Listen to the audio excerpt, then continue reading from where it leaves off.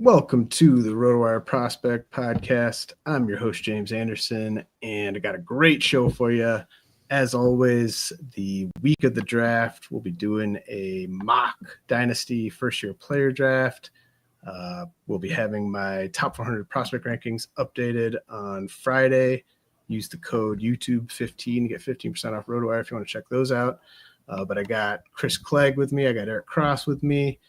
And we are going to pick 24 players or so. So, roughly 2 rounds, 1.5 rounds or so of a first-year player draft. And Chris Clegg, you have the first pick here. So the board is yours, man. Who are you going to go with? Let's preface it by saying I think this is the worst year to have the first overall pick. There's just no consensus. So It'll be interesting to see. I've not looked at anybody's FYPD rankings other than my own, but putting mine out, I got a lot of feedback and people don't love who I have number 1, but that's okay. And I have Eli Willits there. I had him there before the draft, so this is not a decision that I made because he was taken number 1. I put out the rankings Friday before the draft, had Willits there. It's interesting because I think you can go so many different ways. With Willits, it feels like the safer bet. But again, we are talking about a 17-and-a-half-year-old. So he's very young. I think he's the youngest player ever to be taken 1-1, one of the youngest players drafted in general. But I look at Willits, I see safety in the hit tool. I see plus speed. And seen him already get to some power. And I think you see a frame where he has still room to add some strength. The differentiator for me with Willits is like what he did on the showcase. Last summer, 16-year-old on the showcase circuit. He ran a 90% contact rate. He rarely chased. The end zone was great. He pulled fastballs galore. That was something that Ethan Holliday did not do. He didn't pull a single fastball on the showcase last year. And the contact gap is substantial. Now, obviously, Willits doesn't have the power, nor will he ever have the power of some of the other players in the class. But you look at plus speed, you see the aggression on the base pass. He's going to steal bases with ease. To me, when I look at Eli Willits, I see a lot of what I saw in Kevin McGonigal, like when he was drafted. Now, obviously, Willits is a bit taller than McGonigal, and maybe McGonigal has more present power. He is a couple years older. We've seen McGonigal pop several 112s, quite a few over 110. I don't expect that from Willits out of the gate, but I do see Willits being a potential 2020 player with a really good hit tool that runs high OEPs. And in a prep class and even a class in general where there's risk, like I just fall on Willits and see safety. So that's why I have him number 1 in the class. Yeah, I think that all makes sense to me. As you said, it's not a class where I would love to have the number 1 overall pick. And honestly, just it's a class that I like. It's just not a class I like up top. So I feel like kind of almost from like the 6th or 7th best FYPD prospect on down, it's pretty nice relative to a normal class, but the like top 5 or so is really lacking for me. Clegg, where are you gonna is Willits, like what is he debuting at for you? Like a top 25, top 30, top 40? Like where do you slot? Yeah, I slotted him in. Let me pull it. I think it was in the 30-ish range, but I think I had him and Kade Anderson. I've got Kade Anderson as my next guy, and they were both in that 30 range, right around 30, if I'm not mistaken. I do want to pull up and confirm if my sheet will load. So I have Willits at 27. So, and then I'm just outside the top 25 right now. Nice. Well, I am on the clock now, and I just got word that we've got a 4th joining us here, so I'm going to rejigger the board here a little bit. But fashionably late. Before I do that, though, I'm going to take Ethan Holliday, who obviously went 4th to the Rockies, and I don't feel all that confident in taking anyone in this class like this high. I have like a tier of 5 guys up here, but I kind of think of all the players, like I think he's going to be hurt the least by the Rockies having bad player development, just because I think he's going to do so much of his work in the off season with his family and friends of the family. And, it's a power centric profile that again, I think can benefit from the Coors aspect, because I think if he goes to just a random team, he's probably hitting like 260 if it all comes together. But if on the Rockies, that could be better. I know that there's length in the swing. I know not everyone's sold on it, but I feel like there's issues you could point at with a lot of these guys, whether it's just not having a ton of power potential, or questions about the hit tool, or questions about the body, or where they're going to slide on the defensive spectrum. I at least think Holliday is going to stick at third base. I at least think he's going to hit for power. It's not going to be hard for him to break in on this team unless he's just a complete bust, which he's not as good of a prospect as like Drew Jones was, and Drew Jones has had a good couple of weeks here, but it's possible for Ethan Holliday to be a complete bust, but I think that could happen with most of the guys in this class other than Willits. I do think Willits has the highest floor. But yeah, Ethan Holliday for me. Clegg, do you want to respond to that? Because I know you're a bit lower on Holliday. I guess I'll probably be the Holliday hater in the FYPD circles. I've already been dubbed that, but yeah, for me, and I acknowledge this could have changed and still could change. So with Holliday, we saw what he did last year on the showcase circuit.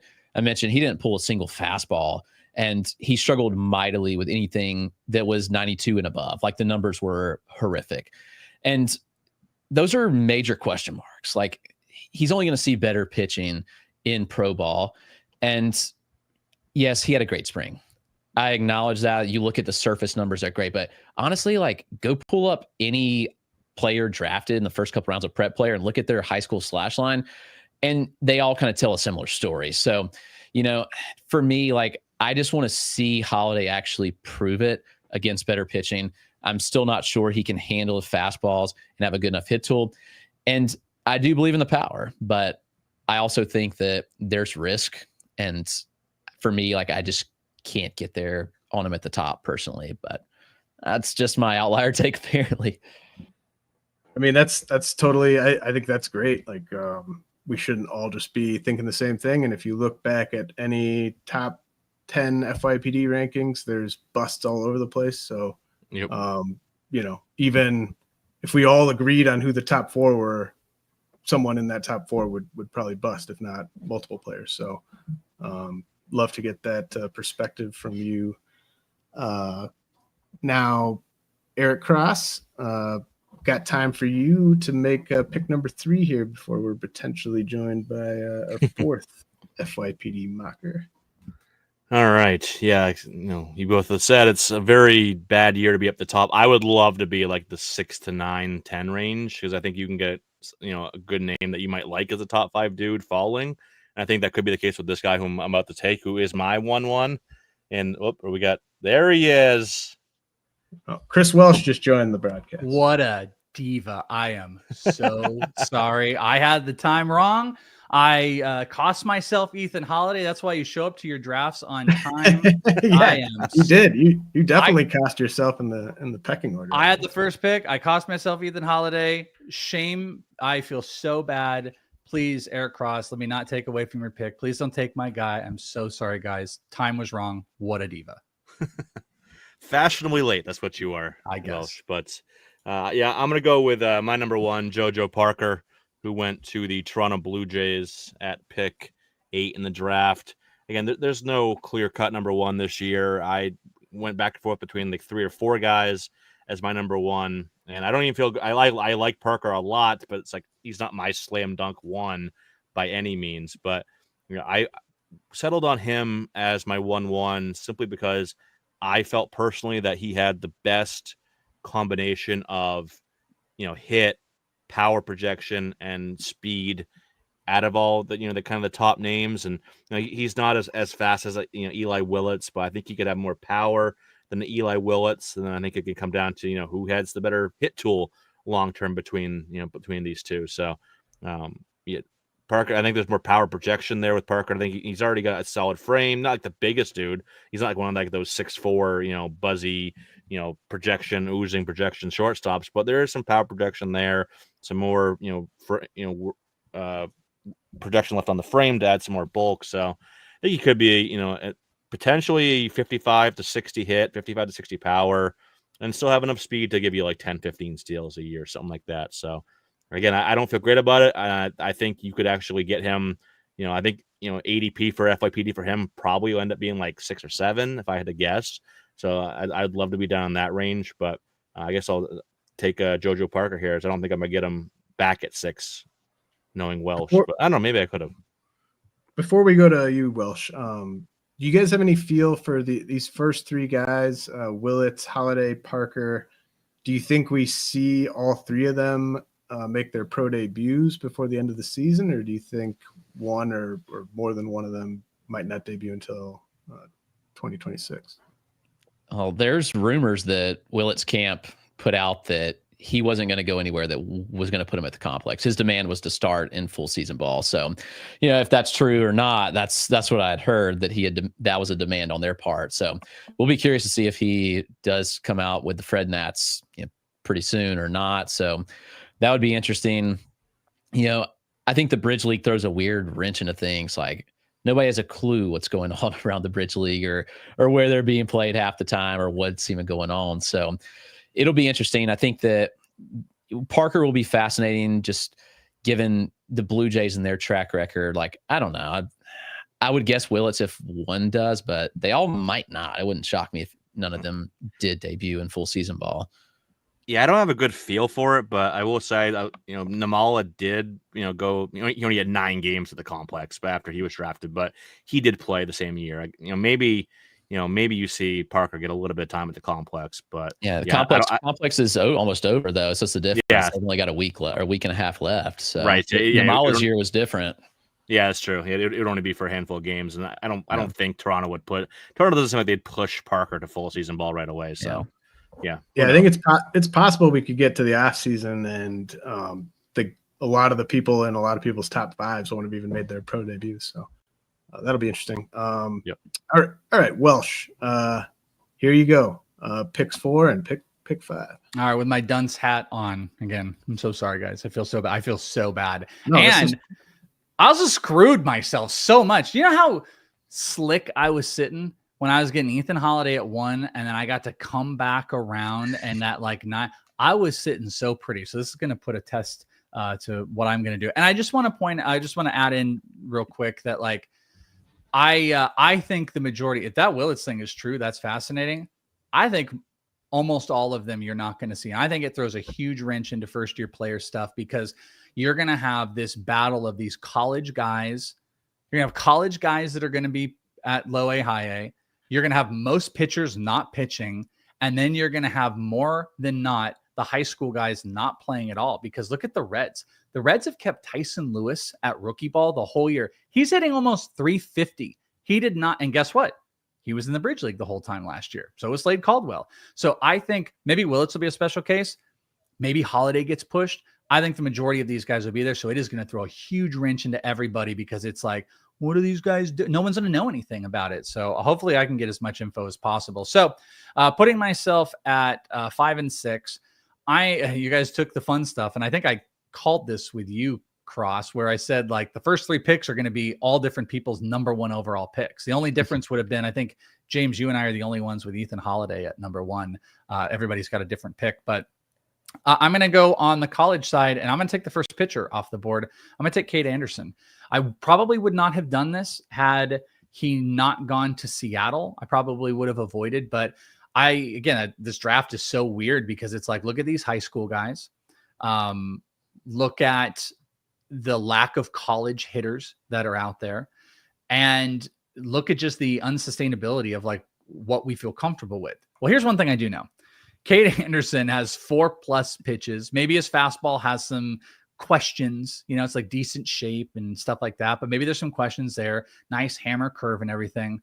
Well, then go put him in the best spot possible. I know we all hate to take pictures, but put him in Seattle. Incredible place for him to develop. Luis Castillo could be gone next year. He could start in the rotation soon. I'm not the biggest proximity guy on the planet, but when I'm surrounded by a bunch of question marks in fantasy right now, and you can at least throw me a college pitcher who led Division I in strikeouts, has got plus pitches, and goes to Seattle, guys, I'm going to do it. So I'm going to go Kade Anderson with pick 4. Do you want me to jump right into 5? Yeah, unless anyone has anything to add on Anderson. Because I think we all probably feel a little bit different too. Like, well, actually, I did want to say something. Like, do you guys like? To me, I really struggle to think of like a better player to team landing spot than Kade Anderson to the Mariners in terms of just really sort of solidifying a player's value in the top 5 of FYPD rankings. You could have said Holliday in Colorado, but their development sucks. Right. So yeah, like that's why that answer is like 100% correct. It's just basically, it's like one of the best matches I've ever seen. And especially just because they don't have any depth behind their top 5 guys. Like they've got Logan Evans and Emerson Hancock as like their 6 and 7s. So they need Anderson, and they need him next year, and I think he'll be up for most or all of next year. So pretty great. Yeah. All right, Welsh, go ahead for number 5. All right, and by the way, I could have flipped this if I wanted, but I've got Kade Anderson at 2 in my first year player because of what we talked about. Okay, good. So we both do. I'm going to go with the college bat. Give me Aiva Arquette. So this is about the only college bat I think that I feel like really good and consistent about. If I were taking, are there some question marks? Like, yeah, sure. There definitely is. He had a high percentage of like miss on sliders, but he made a bunch of contact, one of the best contact rates, or at least well above average on 92 plus velo, good in zone contact. He had a 108 90th percentile, which was better than like pretty much everybody but Aloy, I think, as far as some of the data I'm looking at. Pulls the ball in the air, had one of the best launch angles, low Ks, 3.46 slash this past year, big projectable body. I've said this a million times, so I apologize for people that roll their eyes, but like I got to talk to Travis Bazzana a week ago, and he was just raving about Aiva Arquette and not just his physical tool set, but just his mentality. He was on the phone with him talking about the draft. And it's like, this draft is so weird because we just had all these amazing college guys get there. You would think the teams would want to repeat, but it's so telling why they're not, because the talent is not there. The closest version of that, I think, is Aiva Arquette, who, like I said, most of his underlying metrics are well above average. He's got body projectability. Like this is one of those bets that I'm going to take. This is kind of safe, by the way, not exactly what you love to go like pitcher and hitter, but I'm taking the college proximity guys. These might be 2 of the top 4 players that get to the majors first. So that's why there's a little slight advantage here. So Aiva Arquette's my pick. All right. Eric Cross, over to you for the 6th pick in our mock first year player draft. All right. I don't want to go to high school players, but I'm going to go with Seth Hernandez, who went to the Pittsburgh Pirates, who I have as my favorite pitcher in the draft. I think obviously, it's risky to go with a, high school arm early in the FYPD. Yeah, you can hit and be great, but more often than not, it does not hit. So definitely safe to go Kade Anderson or any of the other top collegiate arms. But I think you can make a strong argument that Seth Hernandez has the best or the highest upside of any pitcher. Like if everything clicks and he turns into what people think he can turn into, I think he's the one where I'm like, there's ace upside. I don't like throwing on the ace term very often, but there's ace upside there with Hernandez. And I think that could be scary rotation for Pittsburgh down the road, like potentially having a 5, of Skeens, Jared Jones, Bubba Chandler, Hernandez, and like a Hunter Barco or something like that. You can joke that they'll all have like 3 wins or something like that, because Skeens only has 4 this year. But that upside with Hernandez, it's a legit 4-pitch mix. Fastball mid to upper 90s. He's already hit 100 with that fastball. Maybe the best changeup in the draft, or it's at least in that discussion.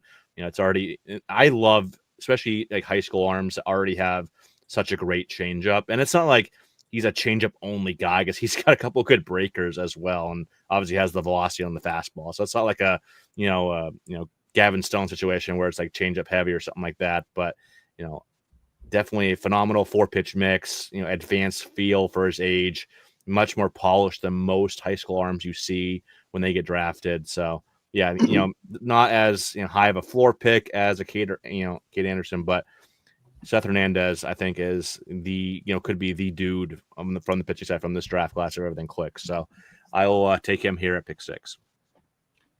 Yeah, I kind of think this is maybe the best class, the best combination of class and top prep pitcher for the top prep pitcher to potentially go top 3 in some FYPDs. Like I think you could.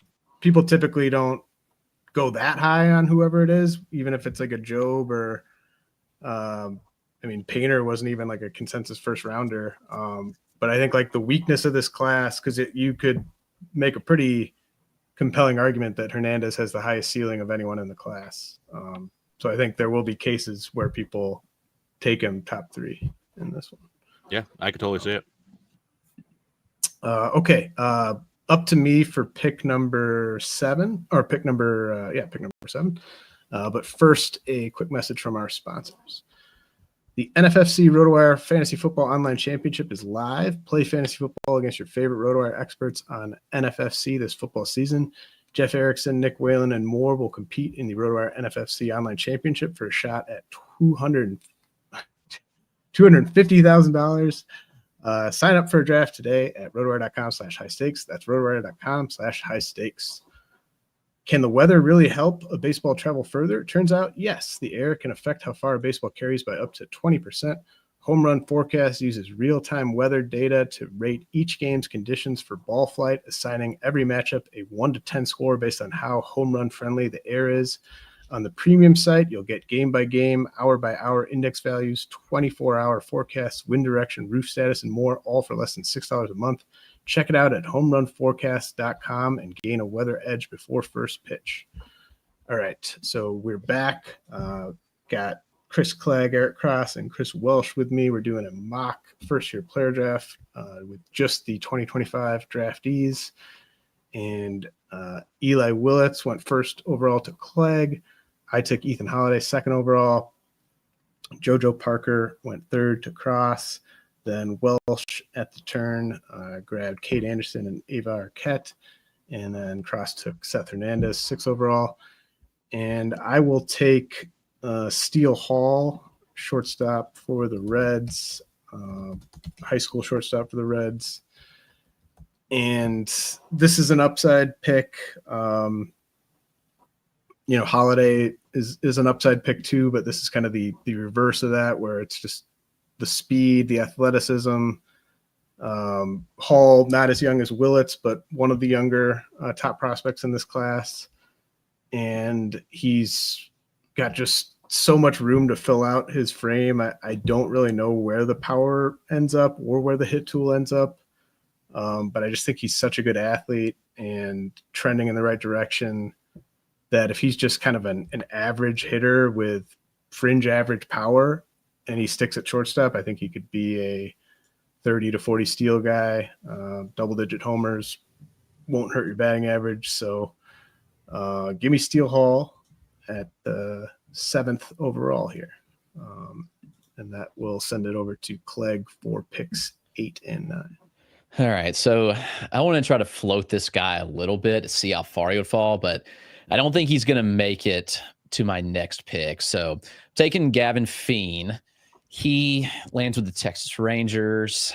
I love Fien personally. I think that was a tremendous pick and value there. He's one of my top prep players in the class. I think Fien checks kind of every box you want out of a prep hitter. He's tall, he's strong, and he's still projectable. It's very broad upper half, strong shoulders, really good bat speed, explosive through the zone, natural uppercut for Fien.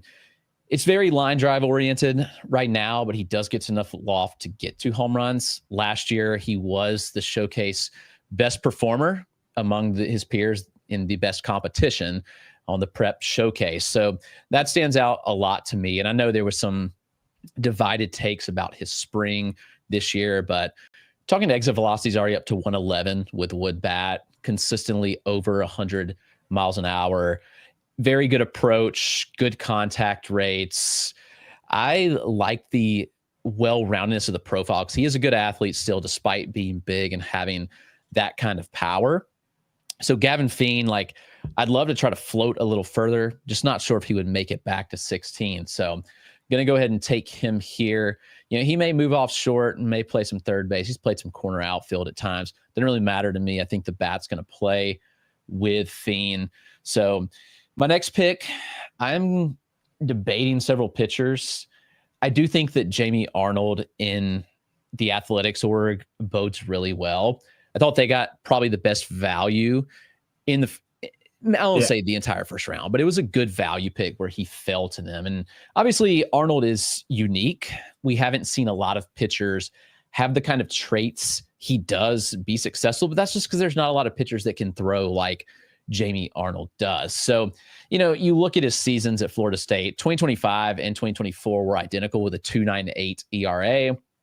This season, he did miss a couple starts, but 84 innings, 119 strikeouts to 27 walks. It's about as unique of a release as you'll find, a 4'7" release height, extension up to 7 feet though. So that's something to talk about. You know, the floor is like, you look and you say like, okay, like it's Cooper Jerpy-esque several years ago that hasn't panned, but Arnold does throw much harder than Jerpy ever threw. Like he's sitting 93, 94. It's really good IVB from that release height. It's arm side run, a negative 3.7 VAA, which is like about as elite as they come. He'll throw a sinker with 20 inches of arm side, that changeup, that kick changeup grip that he played with this year, plays really well. Good depth, 7 inches of fade on it. Yeah, there's the breaking balls that still could probably use a little bit of work, but you know, ultimately with Arnold, I think you look at it, and honestly, like the Athletics have done a pretty good job, like with developing what they've had before them. So I know people like looking, they're like, oh, this is a terrible org. I don't actually agree with that. And you look at some of the strides that guys like a Luis Morales have made, a Gage Jump have made, and I think it's a great fit for the organization, who also like a light comp could be like a JP Sears. There's some similarities between Arnold and Sears, and the Athletics have done a good job there with developing. I know Sears isn't like a world beater or anything of that nature, but Arnold does have the traits to be a solid in rotation guy, commands good, feels like a very high floor type. I think this is kind of a tier of arms here, and he can go several different ways, but I do like the fit for Arnold with the Athletics. So I will take him on my second pick. Yeah, I definitely agree with what you said about Arnold being one of, if not the best values on draft day. And I mean, the A's have as good a, top 15 pick track record as anyone in recent years. So, and like they're going to be, I think the park in Vegas, I know it's not going to be for another year or two, but I think the park in Vegas is going to be, I think it's going to play closer to kind of like the Diamondbacks park than like some kind of crazy hitters park. I'm up here for the 10th pick. I agree there's a tier of arms. My first initial thoughts about this draft class when I started doing my work was that the strength of the class was these 4 to 6 college starters, depending who you like the most, like Kade Anderson, obviously, Jamie Arnold, obviously. But I also thought Tyler Bremner belonged in that mix before the Angels took him number 2 overall. I know that was surprising, but I think he 100% belongs in this mix just based on his merits. He finished as well as anyone. He struck out double-digit batters in 6 of his last 7 starts. I love the combination of velocity and movement on the fastball. Love the changeup. Obviously the slider lags behind a little bit, but really just the quality of the slider is the only thing I could nitpick with Bremner. Maybe the caliber competition, but I think he was at UC Santa Barbara, but I think he was just so dominant.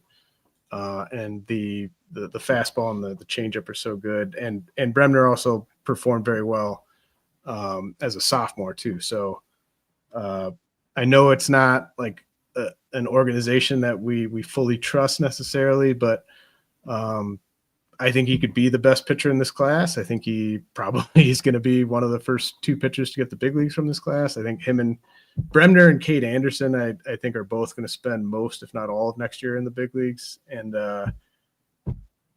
maybe not Anderson, but like Bremner, I certainly think will be competing for a job in spring training next year. So yeah, I'm happy to get him at 10. And I just love the top 5 to 6 arms from the college ranks in this class. So that will send it over to Cross.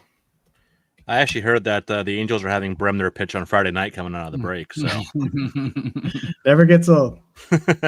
Yeah, that's on a tee. That joke is always there. But so I'm gonna go after going 2 high school players. I'm gonna go with my first collegiate guy, and who I actually have as my favorite collegiate bat in the class. I'm going with Ethan Conrad, who went to the Chicago Cubs. They already have a ton of outfielders, but Conrad, I absolutely love just a blend of offensive skills that he brings to the table. The big red flag is, durability has been an issue. Now, he was limited to just 21 games for Wake Forest this spring, had a dislocated shoulder, but he balled out in those 21 games. He had 15 extra base hits.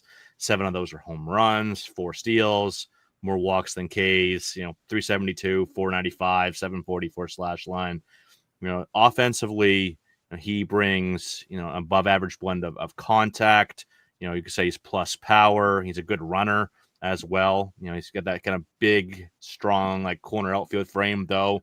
He has played some center too. I think he's more of a corner outfielder long term, but, offensively, the skills are there. It feels Conrad could be like, this is like a direct comp, like skills wise, but like how Montgomery last year, Brandon Montgomery fell because of his injury. He probably would have been taken 5-6 picks higher than he did when he went to 12 to the Red Sox. I feel like Conrad could have been, more of like a, back end top 10 pick as opposed to going, I think it was 17 or 18 to Cubs. So I think you get a little bit of a discount there. He's probably not going to be a top 10 pick for many. But I have him as my number 5 overall player, and I feel really good about that. Maybe this is just me falling in love with another Chase LaViolette type profile. As everyone knows, I'm super high into LaViolette, always have been, always will be. But the offense skills are there. If he can just stay healthy, the upside is very, very high for Conrad. And the guy that's had success with wood bats, too. He hit 385 in the Cape last year. Only had 2 home runs in 30 games, but still hit 385. So he's got some success with wood bats. All the skills are there. Just keep your fingers crossed that he can stay healthy. But yeah, a lot of good offensive skills there with Conrad. So I'll be happy to take him in the back end of a top 10 here in any FYPD this year. All right, Welsh, you got the lay of the land. You've been here for a few minutes. You're getting settled in. Only a few minutes.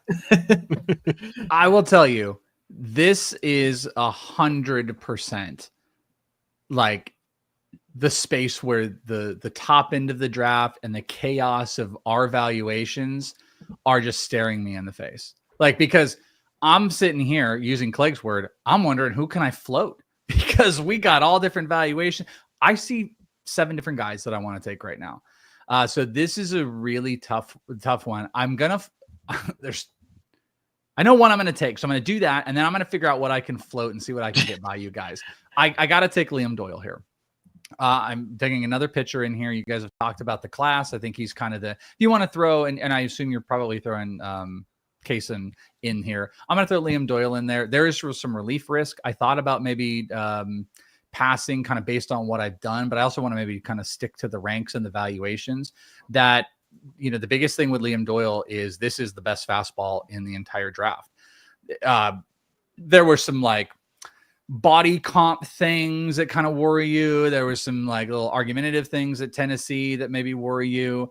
Is he only fastballs, which you can think about? I kind of think I can look past that, especially with the value I'm getting right now. Betting on the best fastball, incredible shape, incredible whiff rates. Boom. He's also got a splitter that got crazy whiff rates. He's got 3 pitches. As long as he's developed properly. I kind of am cool with the destination with the Cardinals. It could have been a much worse spots. So there was a time where I was really struggling between like Kade and Liam Doyle and Kade, Liam Doyle, and Jamie Arnold, about like the three that I really wanted to put at the top, and Brimner belongs in there, but this is just kind of value. So I've got him quite a bit higher. So I'm going to snag Liam Doyle here. So here is where things get really difficult for me, because I'm going to float a player to see if I can get by on this, because I want to take this guy. God, am I talking myself through it? I'm going to take this player because I've been talking this up, and I don't think he's going to float past me. And you're going to call me a homer. Give me Kayson Cunningham with the Arizona Diamondbacks. I am absolutely, maybe you could do that, but I'm in love with Kayson Cunningham, and I was pre-draft. I'm going to put to rest this story that I've told multiple times. But one of my favorite things is that he had talked to the Diamondbacks. He did a workout with them. They wanted him to do a pitching simulator, and they asked, "Who do you want?" He said, "Paul Skeens." So they put up the Paul Skeens on the pitching simulator, hit some bombs against it. That's all cool and dandy. The thing that I was excited about was they said he registered 114, 115 max EVs. And the importance of that is that Kayson Cunningham, a little bit smaller of a guy, like 5'9", 5'10", thicker bodied guy. He's added some of that weight because I saw him at the Dream Series this past year. He has some of the best bat speed, I think, in the draft. High ability to make contact, barrels up the ball, doesn't make a ton of bad decisions. Power was the question. Well, guess what? He's already putting up raw EV numbers. The guy can run. I think he's got the potential to be as high as 6 on my board. I don't think it's out of pocket that we could look at taking any of these shortstops over him, that it looks crazy. Also, the Diamondbacks are heavy analytics. Like they've been heavy into like really good data stuff, big hard hit numbers. They want guys that are barreling, getting the ball in the air. I'm in love with his swing. I think he's got tons and tons of upside. I have taken all college guys here, but I will tell you, I'm floating a couple players that I really, really like here. And this is just such a cool range. If I could have traded my next 2 picks for Cross's next one, I'd have felt really good. So give me Liam Doyle and Kayson Cunningham. All right. Yeah. Cunningham, definitely a player where I'm just not sure which way it's going to go, but I agree that the hit tool is really strong. And I think the Diamondbacks do a pretty good job of scouting, and so I am intrigued by the fact that he landed there. All right, Cross, over to you for the 14th pick. Man, Welsh, your D-backs love them some short kings, don't they? They do, man. If you're over 6 foot, you're not for them. I know, so especially when they're drafting you. So, yeah. All right, I'm gonna go back to the college bat here. Another college hitter I'm very, very high on. I'm going Ike Irish, who went to the Baltimore Orioles late in the first round. They listed them as a catcher. I'm not 100% saying no to it, but I don't see him catching long term. He played a lot more, right field than catcher this past year. Plus, obviously, they have Adley Rutschman, but Basal's not going to be a catcher long term. But they also drafted Caden Bodine, later in the draft as well out of Coastal Carolina. So really don't see Irish being behind the plate long term. We'll see. But as a corner outfielder, I think he's one of the better pure bats in the draft class. 3-year guy at Auburn, hit well every year. Showed more and more power every year. Had 19 home runs, 55 games. This past season, 364 average, almost as many walks as strikeouts. Not like a big speed guy. He's probably going to be a guy who gives you like 4 or 5 steals or something like that. But the blend of contact, power, and approach is really solid here. You're a guy that could hit, like a 270, 280 type of hitter, 25 to 30 home runs, and get on base at a high clip as well. And you can joke all you want about how Baltimore has handled their guys, but this is still one of the best player development organizations in baseball.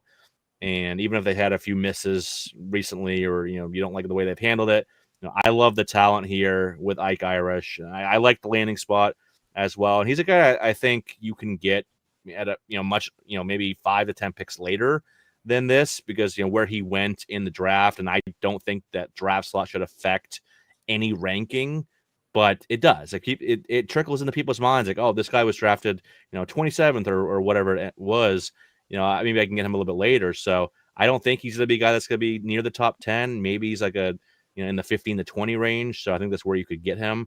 But I like him a lot. I have him as a top 10 guy in my FYPD rankings, just based on that blend of contact, power, and approach. And I think he's a big guy that gets to the system pretty quickly, and maybe one of the first collegiate bats to make it up to the majors. So Ike Irish is my pick here. Yeah, I think if Irish had gone to like the Reds or something, he might have been more of like a consensus top 10 pick. But I think just the fact he went to the Orioles, probably, everyone's had some Oriole prospect in the past year or two who's let him down, or that the Orioles have let him down. So absolutely. I will take Kyson Witherspoon. I think he's right there with Jamie Arnold and Tyler Bremner, and really not that far behind Kade Anderson. And I just think the Red Sox, I don't like the park, but I just think they've become one of the truly great pitching development teams, and they've got a lot to work with in Witherspoon. And I think what they could do with his cutter specifically could be pretty great.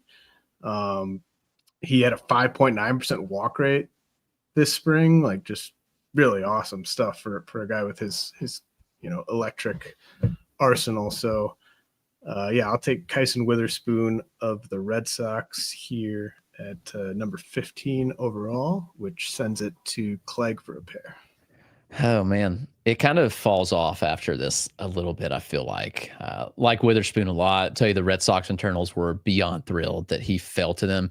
I know this is like their third straight draft that they've just had someone fall in their lap they didn't expect to. So they're very happy. As a Red Sox fan, I'm thrilled with Cunningham, with Witherspoon. I loved getting him for the Red Sox. Yeah, and their pitch dev, I know it hasn't materialized in the MLB pitchers yet, but it's what they're doing on the minor league side. It's materialized by the fact that I got to add 3 Red Sox pitching prospects to each update of my rankings. Yeah, that's true. Yep, absolutely. All right, so I'll take a bat that I'm pretty high on in Brendan Summerhill, outfielder, goes to Tampa Bay. I think he's one of the best pure hitters in the draft. The power took a step back this year. If he had not seen that power regress, there was talks of him going top 5, just given the well-roundedness of the profile. 8 home runs last year, his sophomore season, and 279 trips to the plate. Just 4 this year and 207 trips. And the exit velocities were down. He was down about 3 ticks, which is kind of notable. You almost wonder if there was an injury involved there. A 103.5 90th isn't not great. That's MLB average, but with a metal bat, that's not great. But I look at a frame that's 6'3", 200 pounds. I watch his barrel control. I watch his launch angles and the ability to pull the ball in the air. And I just really like the potential for Summerhill to get to some power. And I don't really need him to get to a ton of power, because hit tool, fantastic. 87% contact, 92% end zone. It was a chase rate of 16%, which is near elite. He makes a lot of contact against fastballs and spin, plus runner. So it kind of will be something to watch. He wasn't efficient stealing bases this year, but there is speed there clockwise. I think if all clicks, you're looking at plus hit and speed with potential average power. If he hits 15 home runs and steals you bags with a good batting average, then I'm pretty happy, because I feel like the floor is just so high with Summerhill. In some ways, I don't like him in the Rays org. It's kind of frustrating, because we know how Rays are with prospects are, but also they do have good development. They've got a great eye for talent. We see it year over year. So, it's kind of a blessing and a curse, the landing spot for Summerhill. So we'll see how that pans out. But big fan of the bat with Brendan Summerhill and the potential that he brings. So the next pick's a little tougher. There's several ways you can go. I feel like the tier drops down with pitchers, at least. There's a couple bats, and I've kind of debated them all. Oh, man. I think I'm going to take Gage Wood, and not overly confident. The stuff is there. I don't think we can argue with Gage Wood's stuff. He threw 37 innings this year, and his career high is 40. So from that standpoint, you look at it, it's yes, that's a little bit concerning. But when we're looking at pure stuff, Like it's there. So Woods, his kind of meteoric rise reminds me a lot of what happened with Cade Horton and, his rise from the great postseason that he had several years ago. And the shoulder impingement is the biggest question. Like, how will that affect him? But it's outlier fastball. It's 96, like up to 19 inches of vert from a 5.5 release height. So -4 VAA, like those are elite fastball traits. I'd put the fastball pretty close to Liam Doyle. I still think Doyle has the better fastball, but I think Wood is close. Had one of the highest four-seam whiff rates in all of college baseball. Curveball is pretty devastating. Yes, -16, 17 inches of IVB and 10 inches of sweep in the low to mid 80s. And while he's predominantly using those two pitches, changeup had good whiff rates, sitting in the upper 80s, 10, 13 inches of arm side. Had a gyro slider. It sits in that similar band of the changeup. But, Wood has the stuff where he can just dominate. So it'll be kind of fascinating to see. Like, he fell pretty far. And what do the Phillies do with him? Like, it feels like a guy they could push pretty quickly out of a bullpen. But you can't argue the stuff. And I think at this range, like, you got to take some risk. And you could take a risk here and walk out with one of the better pitchers in the class pretty late. Man, I love that pick. I was really hoping Wood would be there for me. I actually like Wood just a tiny bit more than Liam Doyle. But I think like those are the six. They're all gone now. But Kade Anderson, Jamie Arnold, Tyler Bremner, Liam Doyle, Kyson Witherspoon, Gage Wood. Like I think that's like as good of a top six of college starters as you're going to see in a draft. Maybe not, like Kade Anderson might not stack up with some of the best number one college starters in a class, but just 1 through 6 right there. I just think it's a loaded college starter class. I'm going to take Andrew Fischer here at 18, Brewers first baseman by way of Tennessee, by way of Ole Miss, by way of Duke. But Fischer like he's just such a good hitter. He didn't, like, that Tennessee team was just so loaded. I feel like, some of the guys kind of went a little under the radar, but like I think you can make a case Fisher's the best college bat in the class. I think it's like him and Ike Irish for me in terms of just like hit and power. And I think the Brewers will do well with him.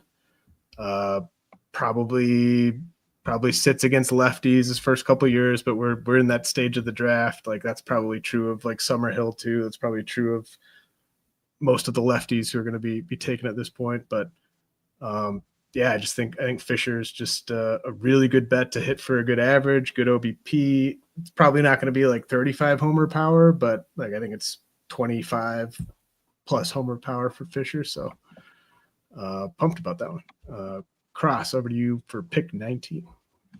Yeah, you sniped me there. I was all set to take Andrew Fischer there at pick 19, but I'll have to pivot. I'll go with I'll go with the Wake Forest guy here. Again, my second one, and go Marek Houston. Shortstop, went to the Minnesota Twins. So, not the biggest power guy, though.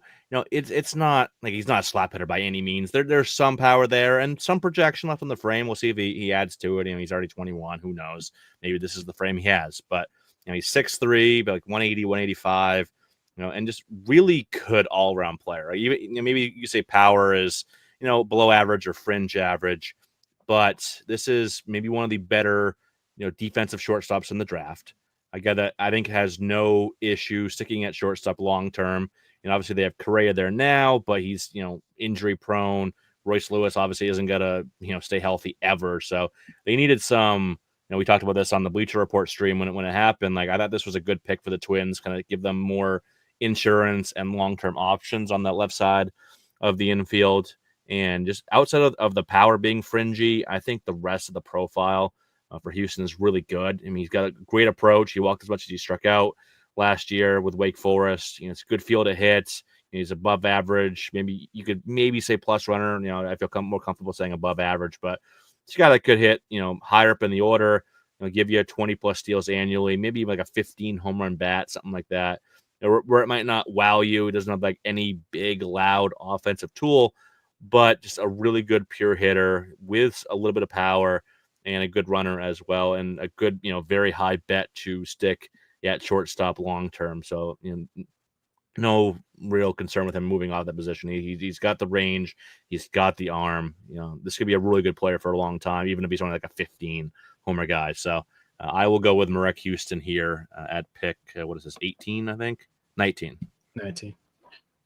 Nice. Well, Welsh, were you able to float anyone here to pick? I did. I know you're floating, Welsh. Yeah, everybody knows the first one that I'm floating, and I'll do it. I will say the only guy, and this is what's so fascinating about this, was the only guy in that whole time in between that I really wanted was Fischer. And I think I could have taken Fischer and floated Kayson Cunningham back. You guys could tell me otherwise, but I think I'm the high guy there. So that's the crazy thing. That's like the cool thing about this. This is going to be the Wild West unless things start to, kind of materialize and we all start to come into some type of agreement. So I had 3 players I was floating. One went in Fischer. The other 2 are there. I said this with Cross the other day. I guaranteed I'm the high guy on Chase LaViolette. So I'm going to be the number 1 guy on Chase LaViolette, who ended up dropping a bit in the draft. He ended up going, what did it end up being? Now I'm looking, I'm completely drawing a blank. 27. Yeah, there it is. He was the last pick in the first round. Chase LaViolette out of Texas A&M. So I think he's super polarizing. I think he's probably the most polarizing guy out of this class, because this was a guy who was seen as like the top guy coming into this year. So there's positives, there's negatives, and then there's some caveats. The positives are just, big power numbers, 112 max EV. He had the best pull air percentage rate of all these college guys, really good barrel, over 50% EV, going 95 plus. The negatives, contact rates were stinky, and he struck out a lot. So those are definitely staring you in the face. And that is the problem. He only hit like 256 or something like that this past year, high OBP. So you've got, and this is kind of a classic me thing. We've all done this enough. Like I'm a little bit more Wild West. Like I'm still loving Spencer Jones, which looks a little good right now, but has looked plenty crappy. Here's the caveats. So I give you the good, give you the bad. The caveats to this are he hurt his wrist, which massively could have affected his season last year and some of the results. And then here's the other thing. We focus on the strikeout rate. He had a super low chase rate. And I've said this a bunch. I think there's some similarities across the board in how the Guardians approach like Chase LaViolette. Chase LaViolette, same thing. Potential first overall pick, had a bad season, obviously some injury history stuff. He doesn't have the in-zone contact issues that LaViolette does, but they both don't really chase. They're both 6'5", 6'6" outfielders, both lefties. Like there's just a lot to it. I think LaViolette has some of the best upside in this because it's some of the best power. Ike Irish is safer. Fischer is safer. Fischer has huge hard hit numbers too, just at first. I just think, and I thought I could float him here, and yeah, I've got him at top 10. I don't think there's a whole lot of guarantees in this draft, so I couldn't be more excited about getting him in what would be like the second round of a 15 team, but you got to know what you're getting into. There's a lot of inherent risk. Do you want me to go to my next one, or do we want to talk about LaViolette because he's polarizing? He's the one I knew you were going to floating. I knew you were floating him, and I knew I was going to get him. That's why I did it. I was debating it really hard. Like after James took Fischer, I was like, oh crap! Like I was going to see if you would try to take LaViolette here, but I was going to take Fischer, but then I had to pivot to Houston. But yeah, LaViollette's got to be like the most polarizing guy in this draft for sure.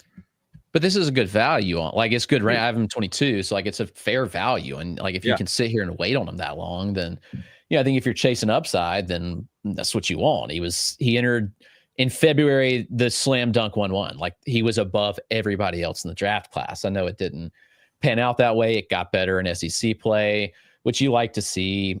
But guys with those strikeout rates just haven't worked. And I don't know. It's interesting. Like Cleveland's like the last team I would have expected to take him. Like he was a Baltimore mold. Like look at the college hitters Baltimore's drafted. Like it's all like Chase LaViolette profiles. So it'll be interesting to see what they could do with that hit tool and if they can develop any. Ultimately, like the contact rates weren't terrible by season's end. 75% overall is, I mean, while it's not great, it's below average for the college crop. It's still not horrific. I mean, Vahiva Loy, who everybody loves, is like lower contact. So I don't know. I mean, that's interesting. That's why the Orioles didn't take him. They had to take a Loy. Yeah, that's right. Yeah, they already got their guy. They just like, we're golden. So yeah, he's massively polarizing. But you know, you also take the there's a million ways to take your approach in fantasy. Like I'd love to get high contact floor guys. That's like Willits is like super fascinating, but also like we're spending a lot of time chasing big power. So if it can work out and I can have the payoff, I think this is a huge value. And I just really figured just with you, I figured I could get him later. So that's one of those guys where like, I'm going to have a higher valuation. I think we've all kind of done that. We've taken our guys a little bit higher to start. And then we've all had some situations where things have kind of floated, you know, James, you like the Gage Wood thing. You were just like, oh, I don't float guys. That's you guys are all about the floating. I get my guys. Yeah. But I had too many guys, and that was the thing. And that's sometimes the game. I had too many guys that I wanted in that next range, and I made that commitment. And I think it could have worked out either way. All right. So moving past that, the other guy that I did float and I'm a little bit higher on is Xavier Neyens. So that's where I'm going to go with this one. High school. This is kind of another one of those where it's like he had this really good run of, you know, oh, this is an elite hit tool, maybe some regression-y type of things that kind of were looming around for him that made there be some questions, but like this guy's, I think, has got a pretty sweet swing, high launch angle stuff, big power. I think the raw power could be 25, 30 plus. I love him in Houston. I love this destination. We've seen a lot of comps out there throwing out like Austin Riley, which I think is pretty interesting. And I'm into these guys where there's been these like floating opinions on, you know, oh, this guy was really good. And then he kind of tapered back down. There's some guys that went later in the draft in that, but I'm just chasing elite power, you know, in these. Like if I can chase elite steals, that's why I'll give you credit on Steele Hall. Like I'm not the biggest Steele Hall guy, but like tremendous contact and stolen bases. If he developed powers, he's going to be a monster. So if you can give me like elite areas in guys, I kind of want to like jump on that. If you give me, whether it's pitchers, hey, I got an elite fastball, or this is Seth Hernandez's elite changeup.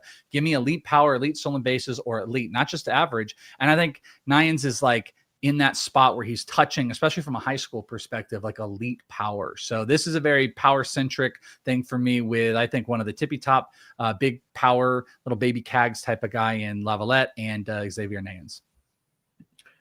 Very productive turn for you there, Welsh. And yeah, I mean, those like LaViolette and Neyens are maybe like two of the most sort of boomer bust power bats that I would expect to go in the first couple rounds of an FYPD. So if you just go kind of 1 for 2 on those, not that you're going to get both of them in the same FYPD, but you might. I'd be happy with going 1 for 2 on those two. Yeah, you might, but you might get them both. That's a crazy thing.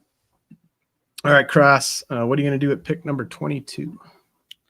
All right, this is actually the guy I thought Welsh was going to go with until I remembered how high he is on Neyens and that he was still available.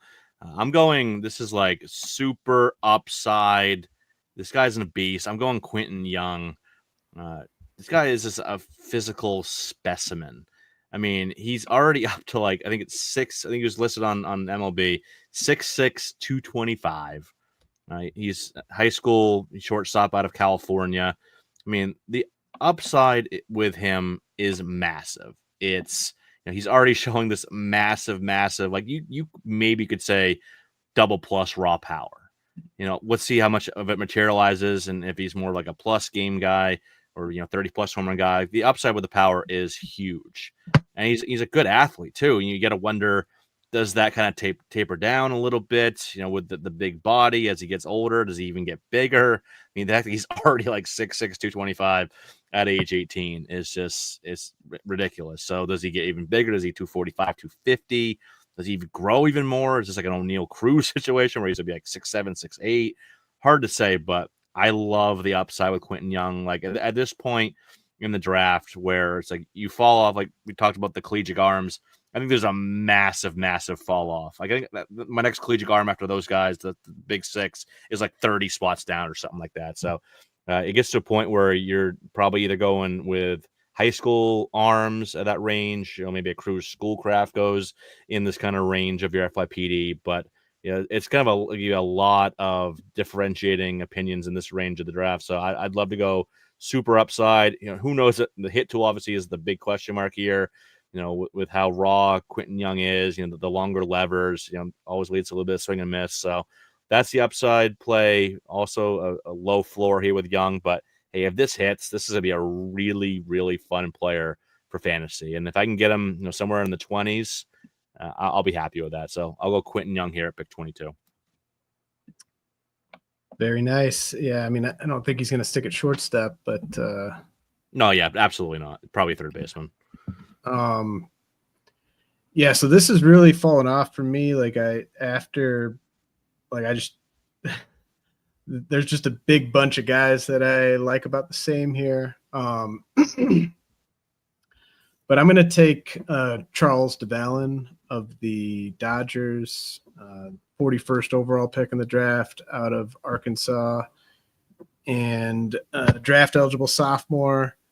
I think he's a better fantasy prospect than a real life prospect because he's probably limited to second base or left field, which is true of a handful of guys in this class. But I think for fantasy, he could be a 5-category guy. He runs pretty well.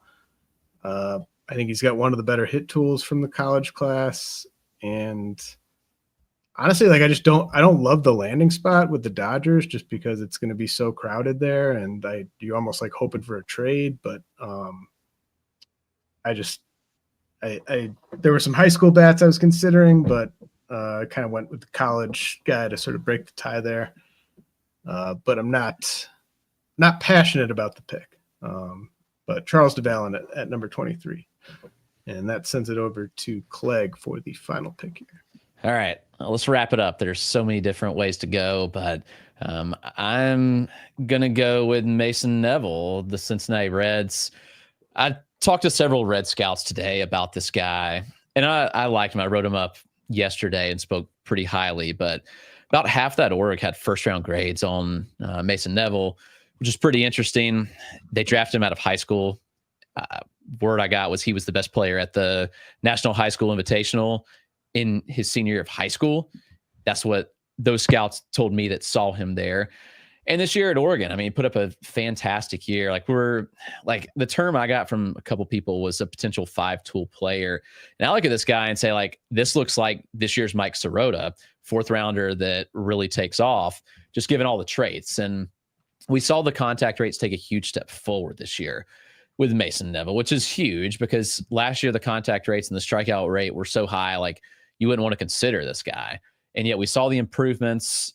Can he take another step? So the strikeout rate was down to 23.5% this year. Contact rate from last year was 67%, jumped up to 76% this year. It's a very good approach. It just reminds me a lot of Sirota, very low chase, respectable contact, and there's power. I mean, Neville ran a 108 mile an hour 9th percentile EV, which is very good. He had a 31.5% barrel rate, one of the highest marks of the college crop. So really good launch angles consistently. It's a very athletic outfielder who could stick in center. Not that we need him to for fantasy, but the traits are there. It's just super well-rounded.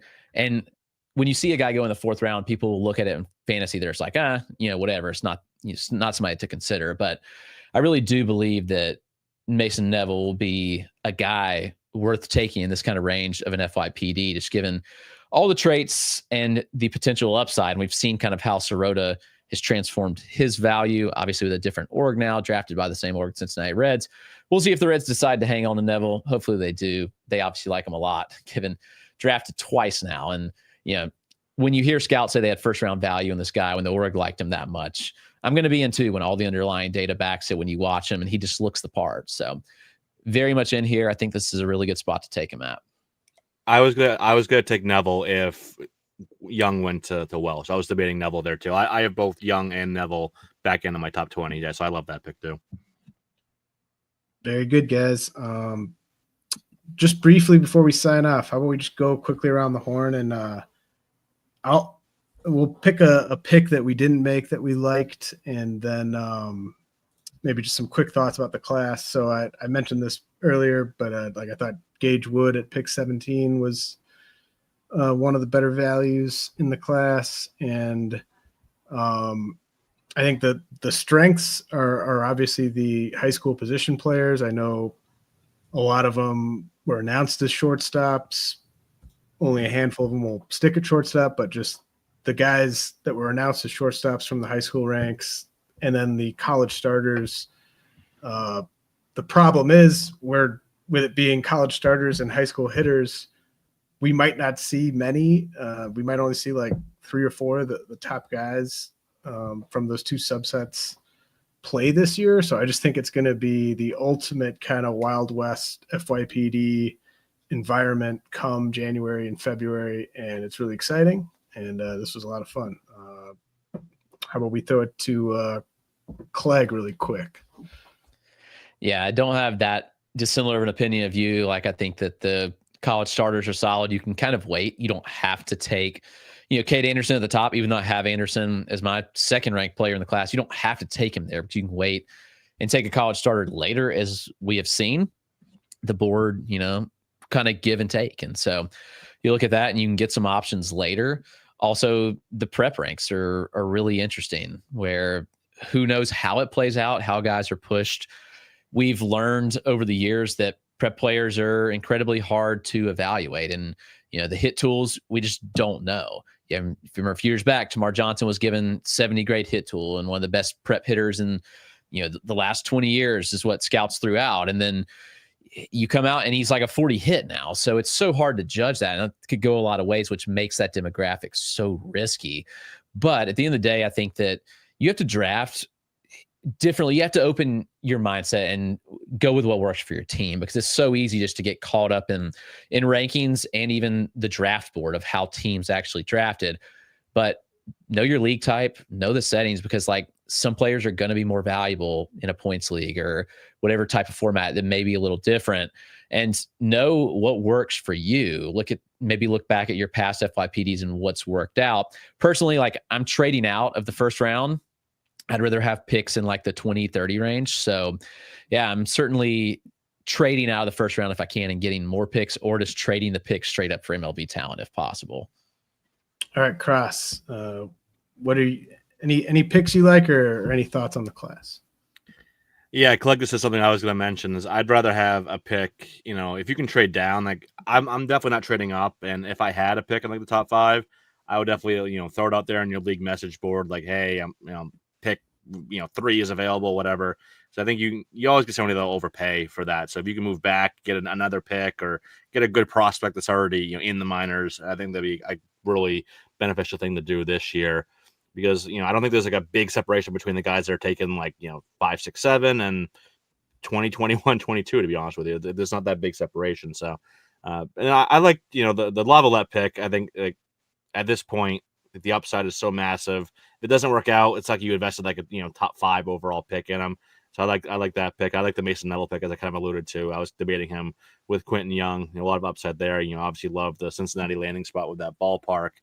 But yeah, this is definitely an interesting class. As we all kind of talked about, we all have different guys at the top. You probably can get your number 1. Like, I think I get my number 1 Parker down in the 7-8 range, possibly. So definitely a good year to maybe accrue picks in the following year, trade down, trade out, whatever it might be. There's a lot of good depth in this class. So if you want to trade a top 5 pick for picking the teens and picking the 20s or something like that, I think that'd be a good thing to do. So I think there is good talent and depth, just not a lot of those sexy names at the top this year. So kind of an interesting class. It'll be fun to see how it shapes up when we do this again in the offseason. Welsh, I'll throw it to you to wrap things up. I think you guys also brought up something that I think is important to talk about. Is I think it's going to be really important to pay as much attention as you can to this class, find comfortability. We joked about and said float 400 times. We're doing an experiment here and we're playing around and trying to understand the class. But I think it's more important for everybody else to really pay attention, because if every single person is giving the advice to trade out of the first round, you will never be able to trade out of the first round at value. Clegg's saying it. Cross is saying it. I don't disagree with it. Every human being that you listen to is going to say trade out of the first, trade out of the first. Well, guess what? No one's giving you 12 and 22. So you're not going to be able to trade out of the first. So you're going to have to be comfortable. I'm not saying you won't be able to, but like the likelihood is going down as every analyst says, trade out, trade out, trade out. Yep. Make sure that you understand your valuations and you're really comfortable with your guys. And it's like, who cares where the ranks are? So many people are in different spots. If, like for me, if this isn't a real draft, I probably like a real draft, and I've got a little bit of time to process some of these picks, and I see some of these guys. And if LaViolette, like, he's at least 85% of what I'm looking for, and he's hitting for average and he's healthy and stuff like that, like I'm not going to float him in those drafts. I'm going to make sure I get that guy. So make sure that you're also comfortable with your guys instead of thinking you're going to be able to get 30 picks for your second overall pick, because we're all saying that. And we all, like, again, I understand why we all agree in that sense. From a pick perspective, James, I loved yours, Andrew Fischer. I thought that was just such a great pick. I considered him in that pick beforehand. So that's one that really stands out. I also think he's going to be a high riser. Some of the best data just in general, just a first base guy. And, Cross alluded to, I really love Quentin Young. I thought I was getting Quentin Young in this draft, but I have Neyens and LaViolette higher, so that's why it didn't happen. I would have taken Quentin Young, but awesome experiment. Great guys. And I think it sets such a good baseline for people in understanding, because this board is going to probably look quite a bit different if we do this in 3 months. And our opinions, as we get louder and louder, maybe we stop wanting to trade out. Or like I said, if we all keep saying we want to trade out, it's going to make it tough. But it's a class that has a lot of depth in it, and you're probably going to get some really good values this year. Very well said. My thanks to Chris Welsh, Chris Clegg, Eric Cross, YouTube 15. If you want 15% off the RotoWire subscription, top 400 rankings are getting updated Friday. And I will talk to you all next week.